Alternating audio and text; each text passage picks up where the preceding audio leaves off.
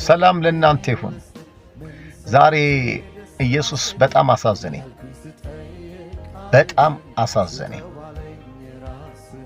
ለምን እንዳሳዘነኝ ልንገራችሁ። ዛሬ ታኅሳስ 19 በኦርቶዶክስ እምነት የቅዱስ ገብርኤል በዓል የሚከበርበት ቀን ነው። ከተማ ውስጥ ለስራ ስዞር ነበረ ወይም ለስራ አንዳንድ ቦታ ላይ ሲሄድ ነበረ እና ብዙ ሺህ ሰዎች ነጫጭ ልብስ ለብሰው ጌጠኛ ልብስ አድርገው በዓሉን ለማክበር ወጥተው አየሁኝ። እና ወደ ቤተክርስቲያኑ ባለበት አቅራቢያ 1 ወይም ኪሎ ሜትር ርቀት ላይ መንገድ ዝግ ነው፣ መሄድ አይቻልም። ከተማው ተጨናንቋል።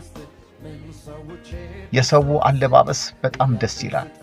እና ይህን አየሁና ለመልአኩ ገብርኤል የሰጡትን ክብር ምን አለበት ለኢየሱስ ቢሰጡት፣ ይሄ ሁሉ ህዝብ የኢየሱስ ቢሆን ብዬ መንፈሳዊ ቅናት አደረብኝ። እውነት ሰዎች መልአኩን ቅዱስ ገብርኤልን እሱ እንዲመለክ እንደዚህ ይፈልጋል? ሰዎችስ ማምለክ ትክክል ናቸው? ይህንን እስኪ ከመጽሐፍ ቅዱስ አንጻር እንየው። ራእይ 22:8 ላይ እንዲህ ይላል፣ አንብበው። ይህንንም ያየሁትንና የሰማሁትን እኔ ዮሐንስ ነኝ። በሰማሁትና ባየሁትም ጊዜ ይህን ባሳየኝ በመልአኩ እግር ፊት እሰግድ ዘንድ ተደፋሁ።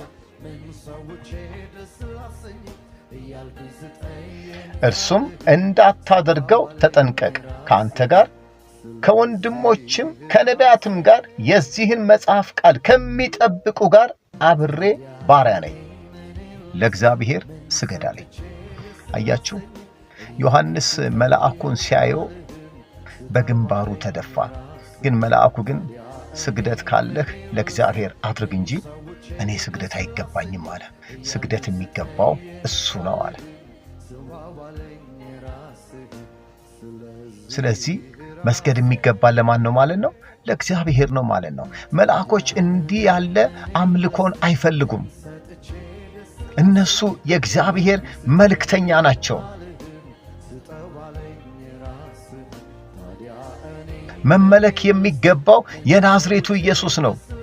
ኢየሱስ ይኸውላችሁ ኃጢአተኛ ሳይሆን ኃጢአተኛ የሆነ ሰው መሆን ሳይገባው ስለኔና ስለናንተ ኃጢአት ሲል ሰው የሆነ የአምላክነቱን ክብር የተወ ያለሱ መዳን እንደማንችል አውቆ ከሰማይ የወረደ ስለ ሰው ልጆች ኃጢአት የተገረፈ የቆሰለ የተተፋበት